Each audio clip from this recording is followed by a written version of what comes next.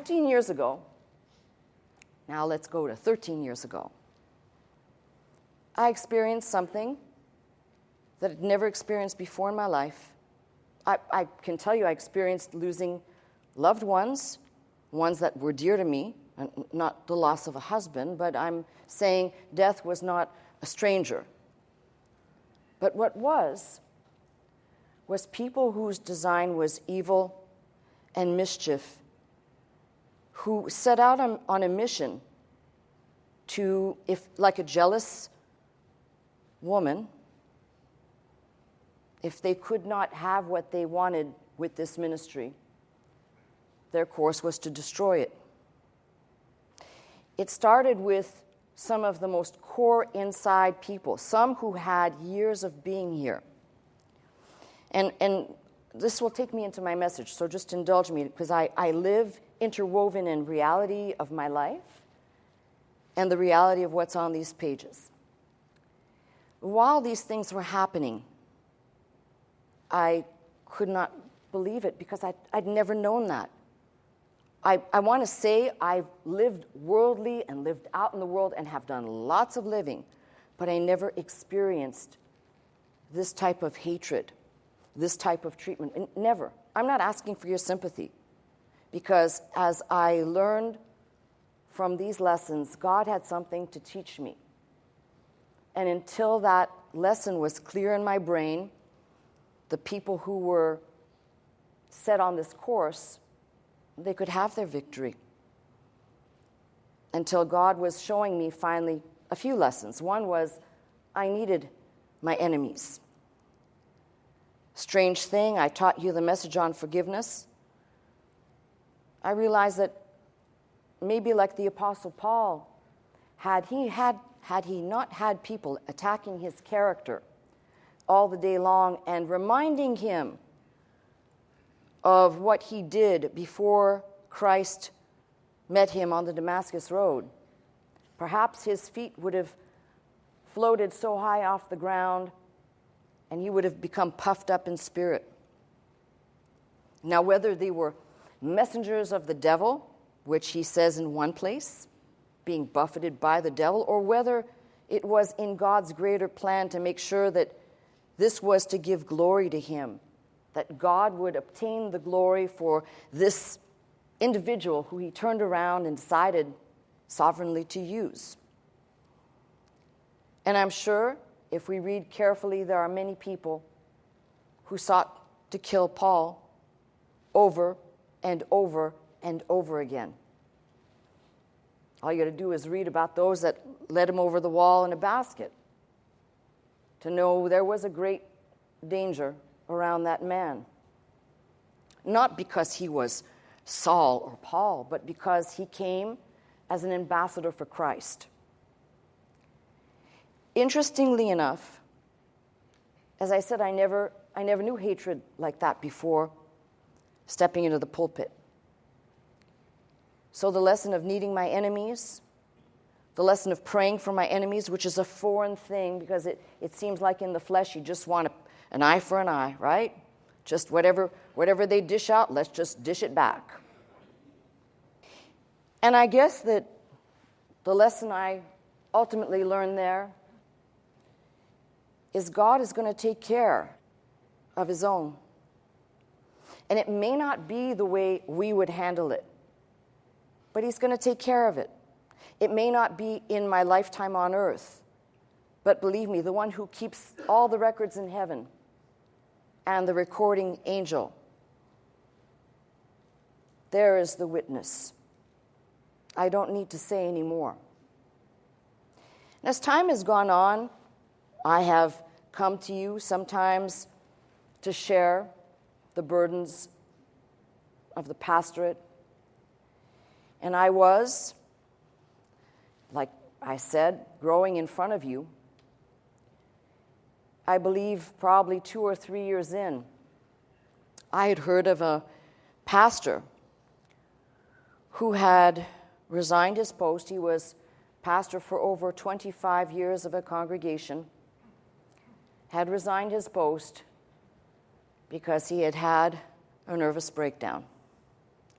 And I was hearing about this because I would go to a lot of the fellowship meetings, and I would hear about these different people who appeared to be pillars of the faith who would crumble under the pressure of the ministry. Back then, I just thought, well, maybe they were ill-equipped, or maybe they didn't have the right instructions, not understanding that the pressures of ministry are not just the experience of people loving you or hating you, or delivering the good news and some receive it and some don't. But the pressures that come with this position, if a person genuinely desires to help the people around them in the Word of God, really the pressures come mostly from the devil and the powers that flow from him to hinder, to make a mockery of, to destroy, to tear down. And I began to see that there was definitely a pattern, because for every time that some new person came along on a mission to try and destroy, to shame, to defame, to undo the ministry, to lure people away, it seemed as though each time the magnitude of it would get worse. And each time I would find myself coming a little bit quicker to the reality God is going to see me through. At the beginning, it was difficult. I would simply say the words, but was it in my heart? I have no idea. I just waited. I said it. That was an act of faith in and of itself. But as these things kept coming, and they still keep coming, I now recognize that this is a lifelong battle. This isn't like, okay, now we've won this battle and there'll be no more. But the fact of the matter is, God is in control. The fact of the matter is that God, as I said, takes care of his own. And if we're really going to pay attention to what's in God's book, there are some really good instructions. In fact, they're so good, they've been repeated here so often over the years. Dr. Scott, in his 30 years of ministry, and at least several times in my 14, and if you include the times that we have played this type of instruction on the network, it is unbelievable. And yet when it happens, that is, these troubles, you can easily forget the instructions. It's what happens to most of us. It is a great and perplexing question of the ages. Why do wicked people prosper? Why does God let them continue on? And why do righteous, that doesn't mean perfect, that means people who love God, who love the Lord, why do they suffer so much? And why do they have so much trouble? The answer to that question, at least in part, is found in a psalm, in an acrostic psalm of David that he wrote in his old age. And I take the wisdom of David in his old age today as something not only to look back at 14 years, starting my 15th year, to say God takes care of his own, but if you stay the course, you young ones, you stay the course, God will take care of you. You older folks who are with the breath of eternity on you, you stay the course. God will take care of you because God takes care of his own. This is not the time to ask, how do I know? You either know or you don't know. You either know you love the Lord, and there's no way for you to love the Lord except the Lord loved you first enough to open your heart and your eyes and your ears. So don't make this discussion on how do I know. We're saying because you say, I love the Lord, that's how you know the Lord loves you, because he first loved us. With that being said, I'm going to read straight off the header of my Bible, which I do not like to do, Psalm 37, which says, God takes care of his own. If you want to turn there with me today. And I guess the beauty of this is each time, sometimes when you go and you revisit something, you maybe find something you didn't see the last time or the last 20 times, or a little careful digging once more helps to clarify something that maybe might have been passed over previously. So, in this psalm, which is well familiar to this congregation, 3 times David says, fret not, fret not, fret not, verses 1, 7, and 8. Let me talk about the Hebrew word to fret. Because if you just read it in English, you think to fret could be to be worried, to be annoyed, to pout. But really, the Hebrew is to fume, to have a burning of the heart, or when I was reading it, I was thinking, I have heartburn. But not like that. But it actually carries more weight than simply to worry, or more like becoming vexed. And if you look at the context of the words, that makes it clear that this is not just a little worry fit and I'm upset mildly. Why? Take a look at the context of 3 times that it's used. Fret not thyself because of evildoers. You might say, could you use the word worry? Yes, but it's more intense than that. It's actually kind of a burning or fuming. Fret not thyself because of evildoers. Read again in verse 7. Fret not thyself because of him who prospereth in his way. Speaking of the wicked, because of the man who bringeth wicked devices to pass.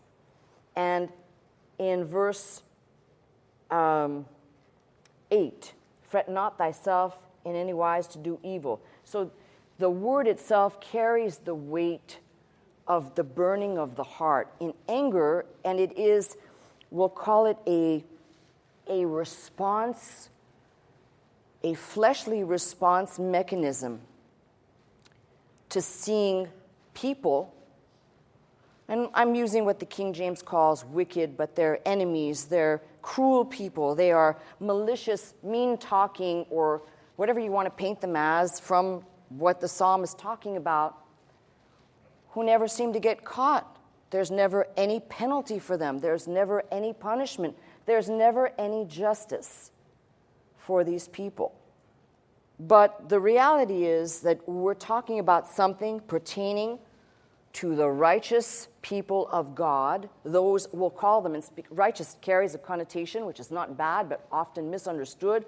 Let's call them faith people who are earnestly desiring God's best, watching those enemies never get caught. At some time, there's a burning inside that says, what is going on? And if you go back to the first verse, fret not thyself because of evildoers, neither be thou envious against the workers of iniquity. So we have here, this whole psalm is going to revolve around the concept of the righteous person, his delight, his discipline, dependence, all from and in God versus the wicked, their plots, their power, their prosperity. Everything is direct opposite. Now, sometimes it feels like we should take matters into our own hands because that's the only way things are going to get fixed. That's not what the psalmist says. That's not what David, who wrote this in his old age, seasoned warrior of God, man after God's own heart, tells me I should listen to what is in this psalm because the essence of it is very clear. All you got to do is, if you read through this, and the read sometimes comes across as poetic, but if you read it and put some flesh and blood on it, you recognize what David is saying is, okay, don't get hot under the collar because of evildoers, neither be envious against, don't be jealous or envious against those workers of iniquity. Why? For they shall soon be cut down like the grass and wither as the green herb. Can the grass, let's put it in modern terms, can the grass escape the lawnmower? It cannot outrun the lawnmower, right? In other words, God will eventually deal with these. Cut down like the grass, wither as the green herb. The next precept, the next instruction, trust, lean in the Lord, and do good. And this one, as I said many times, referring back to my years of ministry here, or anything that you have been through, this may be the toughest, not the toughest in this psalm, but one of the tougher ones, to lean, to trust, to lean in the Lord and not in my own ways. Because we're all very savvy on how to fix problems, or most of us think we're savvy. But the Lord, who knows how to cut down the grass, he says, lean on me a little bit, and I'll show you. Trust in the Lord and do good, so shall thou dwell in the land. And let me stop there, because we always have to reach back to what David might have envisioned in writing this, inspired obviously by the Spirit of God, but so thou shalt dwell in the land, much like those that were given the promise of God to enter into the land of milk and honey, God's provision, God's promise. So that trusting, leaning in the Lord, and do good, and thou shalt dwell in the land, the promise for us may be a little bit different, but still remaining the same thing. The Lord will make a way for us, and verily, or in truth, shalt thou be fed.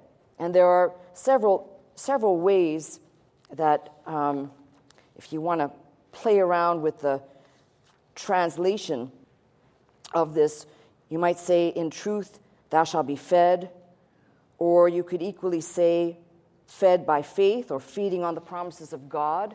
You could kind of put that in the perspective of trying to make it apply to oneself. And this is all regarding the righteous person. We'll get to the wicked and their issues in a minute. Next, delight thyself also in the Lord.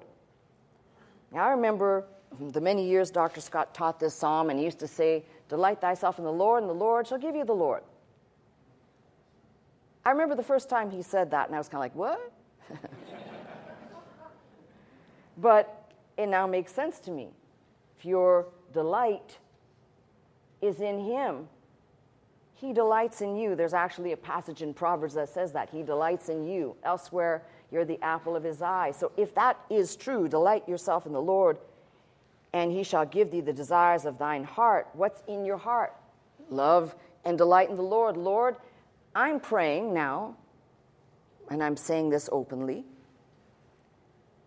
that I have committed it all to the Lord. The past hurts, the present issues, and the future ones, because there's still yet to come, things yet to happen. But before I start fussing over those things, my delight is in him. Why? Because I know, I've said this before, he loves me. He loves you. The most interesting thing that one could ever possibly think about is that he chose us. He chose you and me, individuals, not born of some precious, noble descent, not necessarily people of society, but that he chose us. I want to stop right there, because I always fly by these things and I don't get the chance to kind of just go, yep. Because that's the one important peg to stop right there. While you may be hot under the collar for injustice or things you perceive as injustice, don't forget how much the Lord loves you. And no, this is not a message about if you'll do this, the Lord will do that, but it is a promise of God. Delight thyself also in the Lord. The Lord will give you the desires of your heart. If what's in your heart is to please God, and that's at the forefront, that's the main thing in your field of vision. You look up, Lord, I desire to please you. That very essence is the Lord giving you the desire of your heart. What is in the heart, for example, we'll find later on of the wicked is to plot and devise against the righteous. That's what's in their heart. And God says if that's what's in their heart, well, we'll give them their desire, but it'll be heaped on them, not upon the righteous. We'll get to that in a minute. Next, commit thy way, and let's talk about it, the complete way. Roll it all off unto him. Trust also in him, and he shall bring it to pass. What are we talking about? And I know we've made a general application in times past, commit thy way. That is, you can talk about your life and the issues of your life. But let's be specific about this psalm, particularly because I said I was going to use the header, God takes care of his own. Roll off your problems, the things that have got you hot under the collar, heart-burning, your TO'd or PO'd or whatever you want to use, owed. Instead of bringing it as wrath and anger, commit it to him, roll it off on him, give it to him. Why? Because he's going to take care of the other side. But he shall bring it to pass. And he shall bring forth thy righteousness as the light and thy judgment as the noonday. There is nothing greater than this. Now, I just finished reading the history of many of the great preachers, and we're talking about in earlier days, and they all have an interesting common denominator. They all suffered, believe it or not, it usually came from another brother, slander and maliciousness towards their intent in ministry. All you got to do is read the life of Martin Luther. That's an easy one. Now, people will say, well, he instigated it. You think? Nevertheless, I could talk about somebody like, who we'll call him the Prince of Preachers, Spurgeon. And yet, he was dragged through. Everybody has had their lot. This is what I love about this. This verse 6 tells me something about what God is going to do when it's time to vindicate you.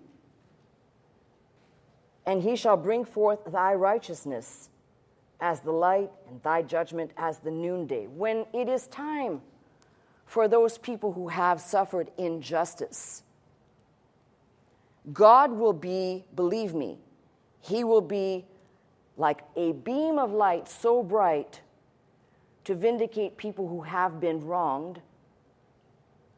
And that same light that brings people into his presence, that clarifies or that brings something that now sets the record straight, will also be the same light that will cut down and cut asunder. That's the beauty of it. Rest in the Lord. And this word here is not kick your feet up and take a break. If you read your margin, if you have a Bible like mine, it says, be silent to the Lord. In other words, shut up. Quit talking. Quit moving.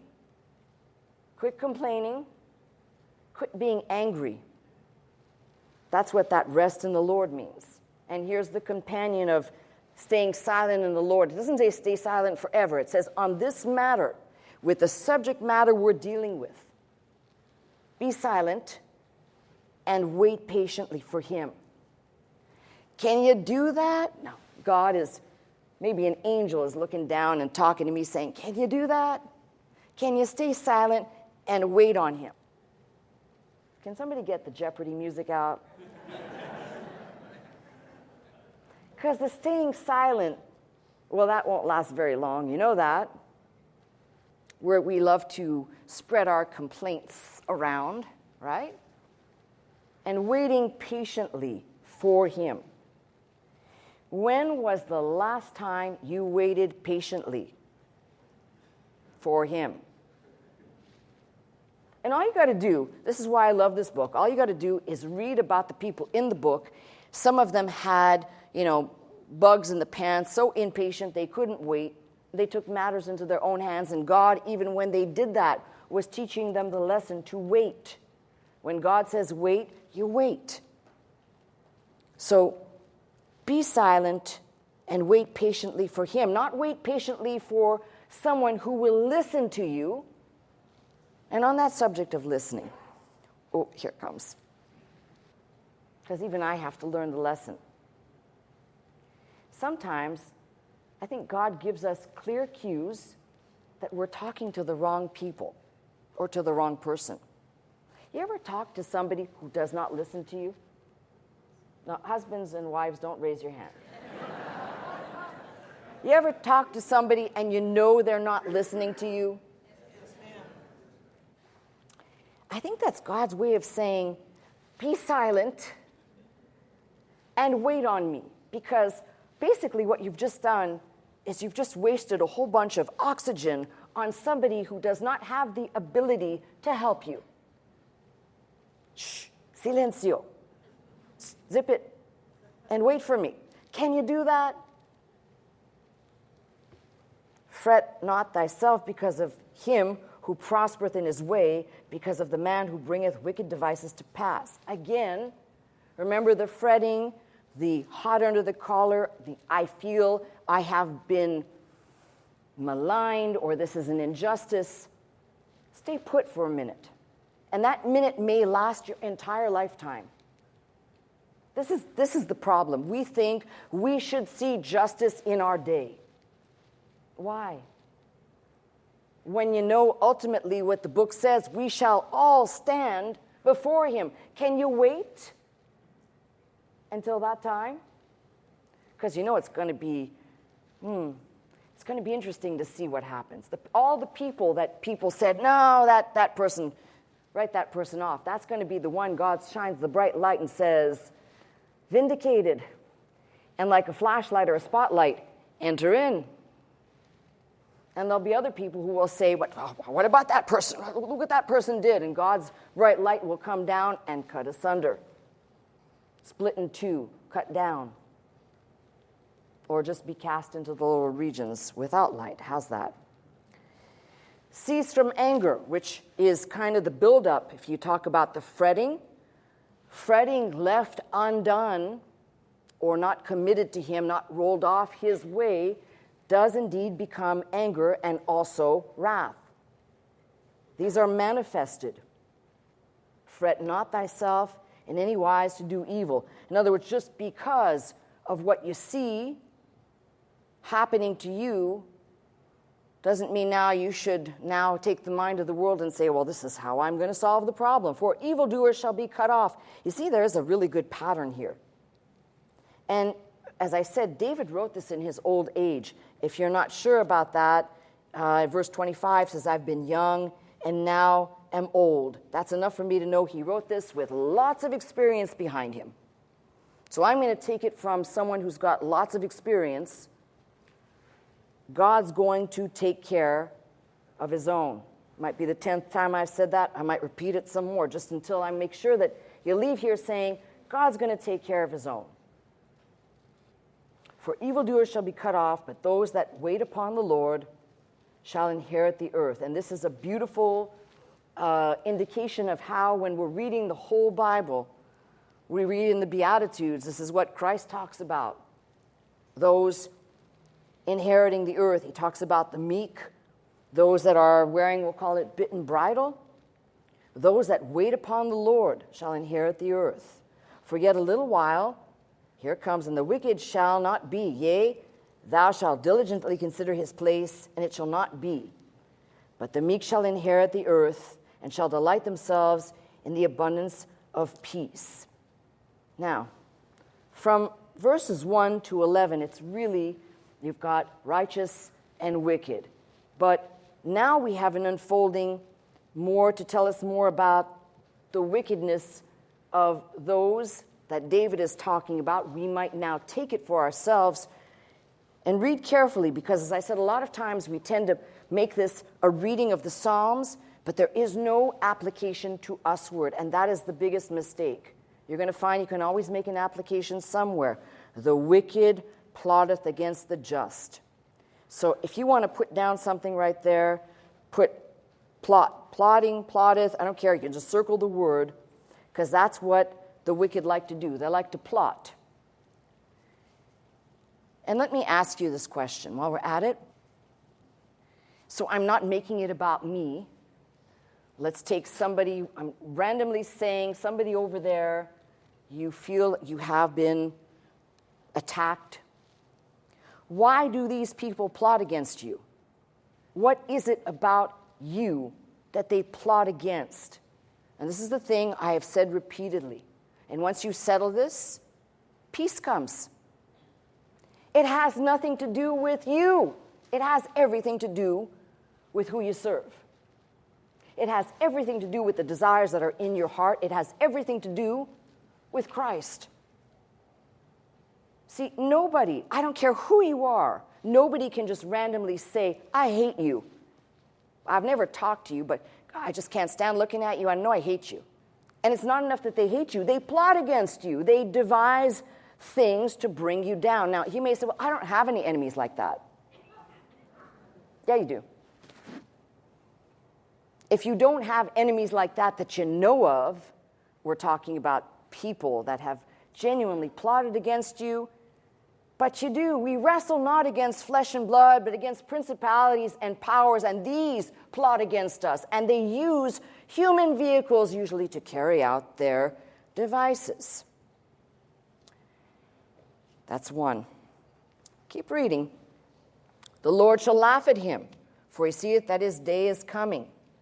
Here we have wicked again, the wicked that plot, but the Lord's going to laugh. Why? Because the Lord sees. And if you want to put something in your margin that tells you more about God than about your condition, is the Lord sees. The Lord is not turning a blind eye. He sees it all. There are times, and there have been times in the last 14 years where I felt maybe God is not seeing this. And then I come to my sanity and I realize God sees every single second of this craziness. And maybe initially it's not that he's laughing, but he sees it all. Are you in trouble today? Because the Lord sees it. Whether you brought it on yourself, whether you didn't, whether you're being attacked. The Lord, if you believe that he is Lord and he lives to make intercession for us, he sees it all. Let's go back to the wicked now. The wicked have drawn out the sword. They have bent their bow to cast down the poor and the needy and to slay such as be of an upright conversation or behavior. So their power is only in wielding something we'll call of external force or external power. When we talk about the power that God gives us, the power God gives us is dunamis from inside. These wicked ones, all they have, it says they've drawn out the sword. And you can say, well, that's David's day, but it's every single day until the end of time. Those that come against the just, they usually come against the just in an external display of power. It is not from God. And if it is by the power of the devil, it is still by an external attack, because the devil is not omnipotent or omniscient, rather. Their sword shall enter their own heart. That's what I like. Their power, their own devices, the sword shall enter their own heart. Their bows shall be broken. So I don't know who's going to do it, but it's not going to be me. Could tell you that much. I'm not much of a sword breaker. I've been known to break other things. We'll leave that alone for right now. Now, we went from the power. Take a look at the prosperity. A little that the righteous man hath is better than the riches of many wicked. I'm going to read that again, because that should be something for the people that say, but I don't have much. Read it again if you're one of those people that says, I don't have very much. A little that a righteous man hath is better than riches of many wicked. In other words, whatever you have, that's little. Think about it this way. The widow with the little bit of what she had, that God then manifested into being enough and sufficient, versus the overabundance of the wicked. And this is why when people say, but I don't have, and the focus, I preached a message a week or two ago on what God will do with your insufficiency. Recognize this. A little that you have is better than a whole lot that some wicked other person has. For the arms of the wicked shall be broken, but the Lord upholdeth the righteous. He has got me.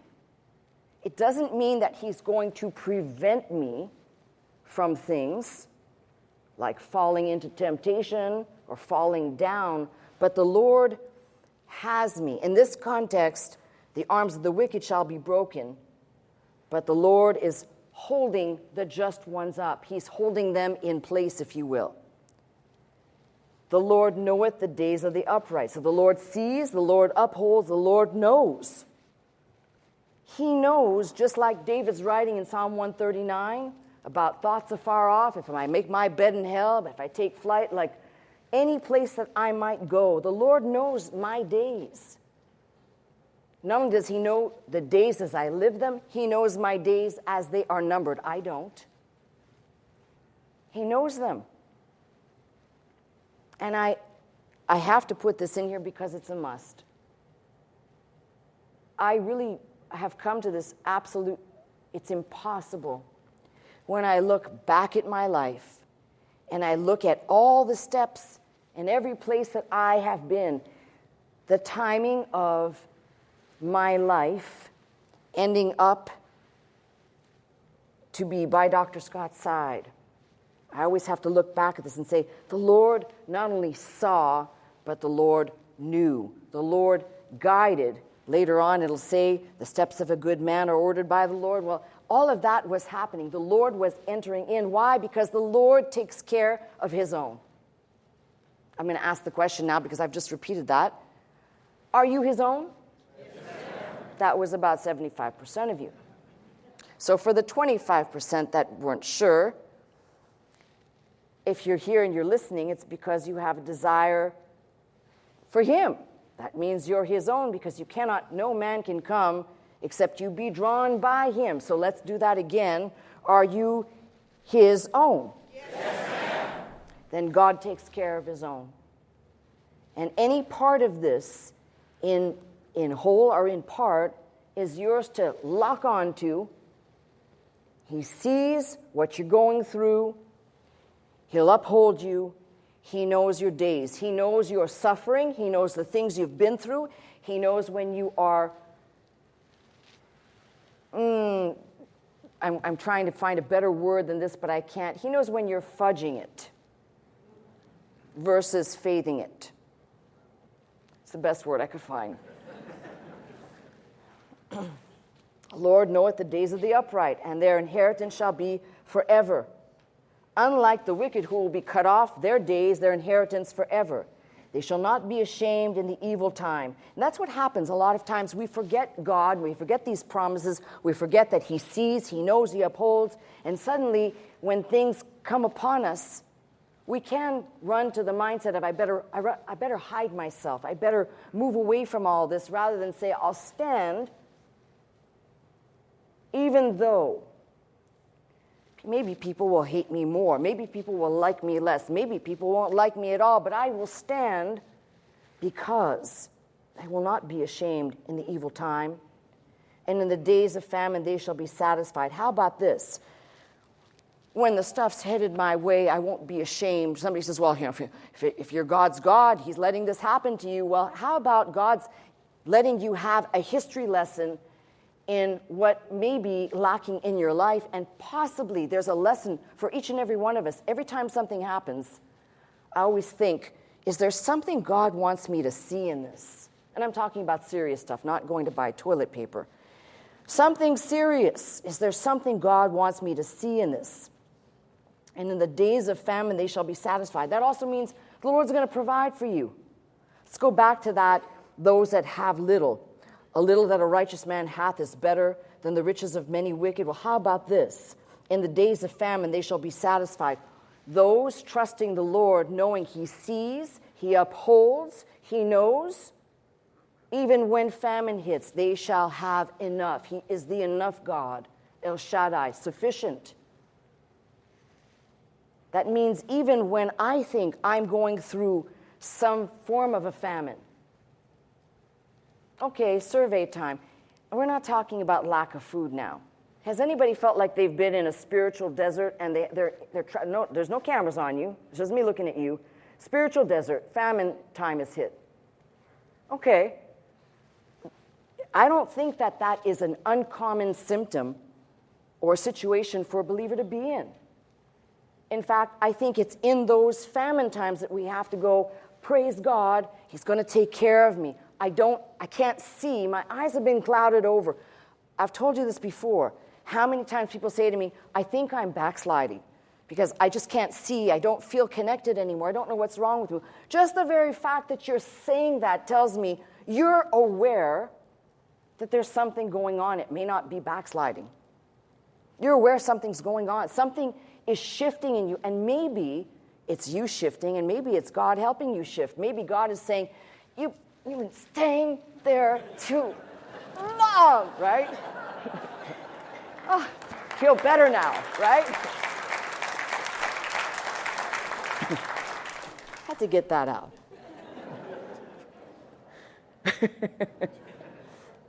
Now, take a look at this. And you keep reading in here, the protection. But the wicked shall perish, and the enemies of the Lord shall be as the fat of the lambs. What happened to the fat of the lambs? They're completely consumed.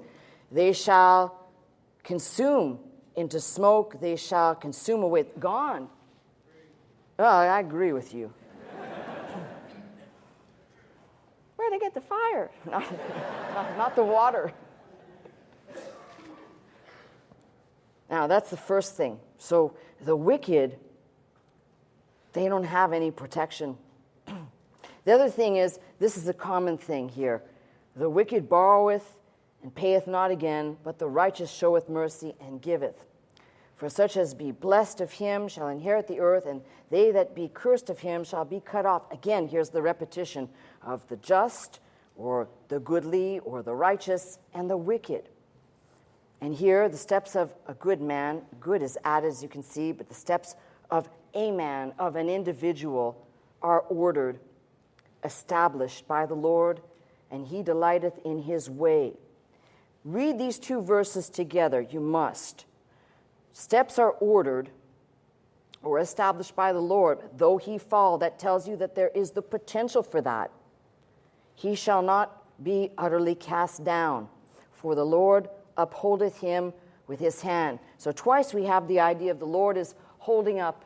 And I can tell you over years of, not just years in the pulpit, but years of being by Dr. Scott's side and watching and knowing, this is something that is so full of grace if we can just wrap our minds around it. The Lord orders our steps. He establishes a place for us to walk in. He says, this is the way, walk ye in it. What do we do, though? We're always the same way. We see the path, and we say, gee, I don't know about that. Yeah. We start to complain, we get a little skittish, and we do what sheep do, and we go off in different directions, which is definitely the definition of sin. And it says, even though he fall, he shall not be utterly cast down. This is hope for mother or father with children who have kind of abandoned the faith walk. This is hope for children whose parents have abandoned the faith. For anybody that you know, where if God planted the seed, what is the cure for all of this? The cure, faith cures the fretting. Faith cures all of this. Trusting, that second, third verse, trusting, leaning in the Lord, delighting, committing your way. All of those first 11 verses give you, we'll call it the prescription for application to making it through the tough times. But the righteous man's walk is not just, I'm on this path and it's always the straight and narrow, but rather if he should fall, he shall not only be cast down. It means God does not expect anybody, don't let anybody ever tell you, God expects you to be perfect now. Now you know the truth, you better live up to it. Tell him to go pound some sand somewhere. My Bible says, and I have David as a witness and abundant others, that our life is a series of these. You think You figured it all out, and then you find out that you haven't. And that's a successive pattern until you drop dead. You might do it 100 times. I got this thing figured out. And God says, like the Rubik's Cube, no, you haven't. Here, figure it out now. You might like it better this time. Let's keep going. And I told you, this is why I said, I'm going to take this from someone who had written this in his old age. I've been young, and now I'm old, yet I have not seen the righteous forsaken. Let's put up, there's a comma right there, and let's really kind of emphasize that first. I've not seen the righteous forsaken. If you look back, don't just look back at my chronicles of 14 years or my 50-plus years of living. Look back at your life. Has God seen you through? Yes. I have not seen the righteous forsaken. It doesn't say the perfect. It says the righteous. Those that love the Lord, I've not seen them forsaken. Those that are going to stay by the stuff, I've not seen them forsaken, nor his seed begging bread. That means God cares and it matters to him. He is ever merciful and lendeth, and his seed is blessed. Here comes some more instruction, kind of interesting. Depart from evil, do good, and dwell forevermore. For the Lord loveth judgment and forsaketh not his saints. Again, another reinforced idea. He's not going to leave you. He forsaketh not his saints. They are preserved forever, but the seed of the wicked shall be cut off. God sees, he knows, he's going to take care of. The righteous shall inherit the land. This is the theme that keeps being repeated. The mouth of the righteous speaketh wisdom, and I put in my margin, wisdom of God.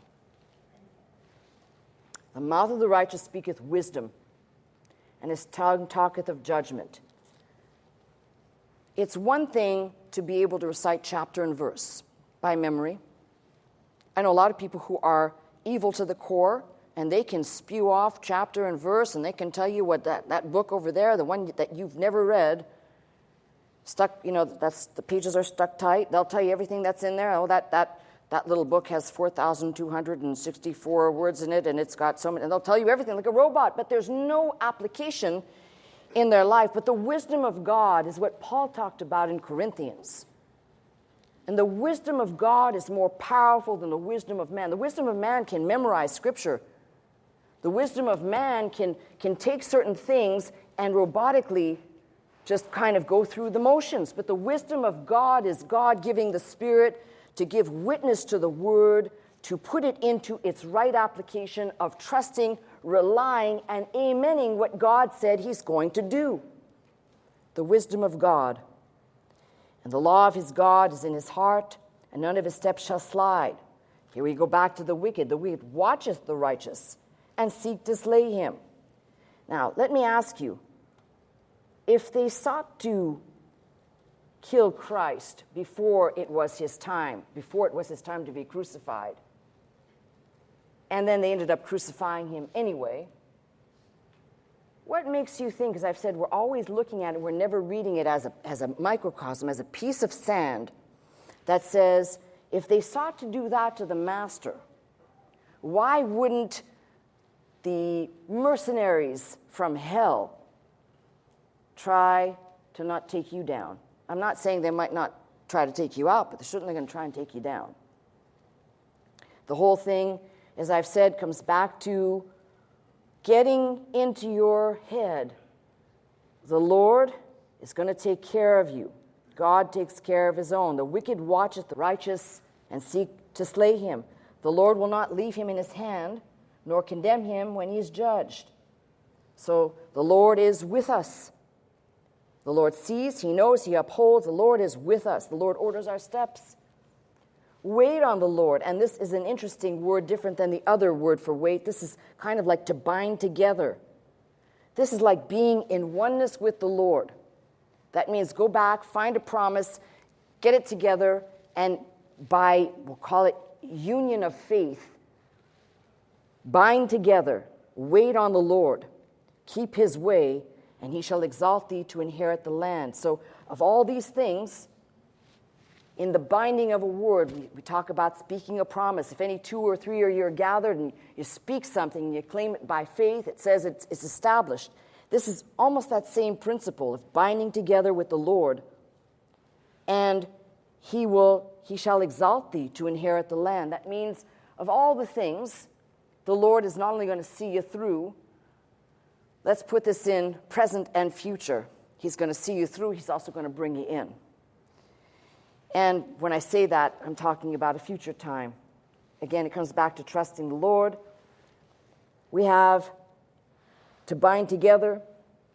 Then verse 35 and 36, I have seen the wicked in great power, spreading himself like a green bay tree. You know what's interesting is I had to look this up because I wondered, what's a green bay tree? Well, the first thing is it's a tree that can get really big, but it has no fruit. What do we call that? Useless.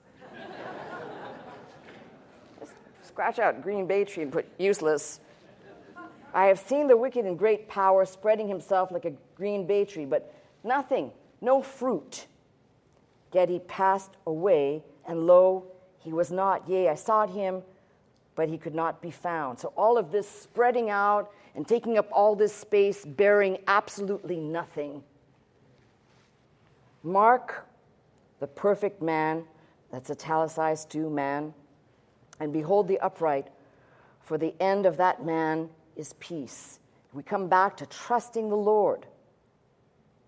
But the transgressors shall be destroyed together, and the end of the wicked shall be cut off. But the salvation of the righteous is of the Lord. He is their strength in a time of trouble. Let's go back and put this all together. He's not only their strength, it also says the Lord shall help them and deliver them. He shall deliver them from the wicked and save them because they trust him. What is all of this? God takes care of his own. I'm looking at and remembering coming into the studio and seeing little blue pieces of paper posted up in the hallway that were a celebration of Dr. Scott's anniversary. And interestingly enough, I think it was his 10th anniversary. His 20th anniversary. And I remember thinking to myself, 20 years, not counting the years of ministry that he had before he came here, a lifetime, 50 years of ministering to people, 50 years of love and hate, 50 years of gospel and goodness, and 50 years of a lot of trash and stuff that happened along the way to that man that no one should have to go through. And then I realize that is the path for every individual who will walk the walk to fight the good fight of faith. And all I have to do is recognize, if I go back and I'm reading through, God takes care of his own. He's going to see me through. And if I'm really thinking about it, all the things that I might get hot under the collar about usually have to do with this thing. Why isn't God doing this yet? Shh. Silence. Wait patiently on him. And if you start that process and you stop it, start it all over again, because eventually, from this page alone or from the pages of this book, which I have just shared with you of my life, the reality is that God will enter in and he'll work it out. It may not be the way you think it's going to be worked out. It may not be exactly the way you planned it to be, but God's got a better plan. And his plans for you are plans of peace and of goodness and not of war and misery. And yet, in the process, the lessons that you can glean from this will help you maybe the next time when you're walking around saying, why is this happening? Fret not, fret not, fret not. But even above that, the cure for fretting, faith and trusting the Lord. Now, I look at what is ahead, and I think to myself, my late husband had 30 years of ministry, which means I have 15 plus years just to get to where he was. And there are days when I think, I don't know how he did it. That's pretty intense. But what have I just said? This whole message. The Lord's going to take care of you. The Lord's going to take care of me. The Lord's going to take care of this ministry. Why? I belong to Him. You are His. We are His. The church is a people who belong to the Lord. N'est-ce pas? Right? That's what I said. And you even speak French. Wow, that's remarkable. Or understand it. What I want you to leave here today with is something that, although a lot of the words are intense, and this whole message is a very intense subject, but rather what it should do is it should send you out the door saying, you know what? Pastor's right. There's going to be stuff and more stuff and more stuff, but God's going to be with me. He's going to take care of me. My responsibility is to keep faithing, to keep trusting, and to have the knowledge. The battle doesn't stop at the last victory.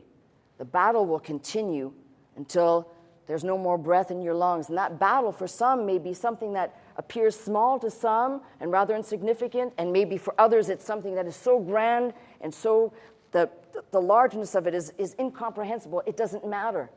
God takes care of His own. Now, my question, just to make sure I repeated it enough, are you His own? Yes, ma'am. Well, then God's going to take care of you. I hope this will be an anniversary message that next year I'll say, you know, I preached that message back there. Fret not, fret not, fret not. I was still a little hot under the collar. Maybe next year I'll have a better application, but I'm going to try this year to put it into practice with God's help. That's my message. I'm Pastor Melissa Scott, pastor of Faith Center, Glendale, California. I teach every Sunday morning at 11 a.m. If you'd like to attend services with us, simply call the 800 number, that is 800-338-3030, to join us. If you'd like to watch, listen, and learn 24 hours a day, simply log on to our website at www.pastormelissascott.com.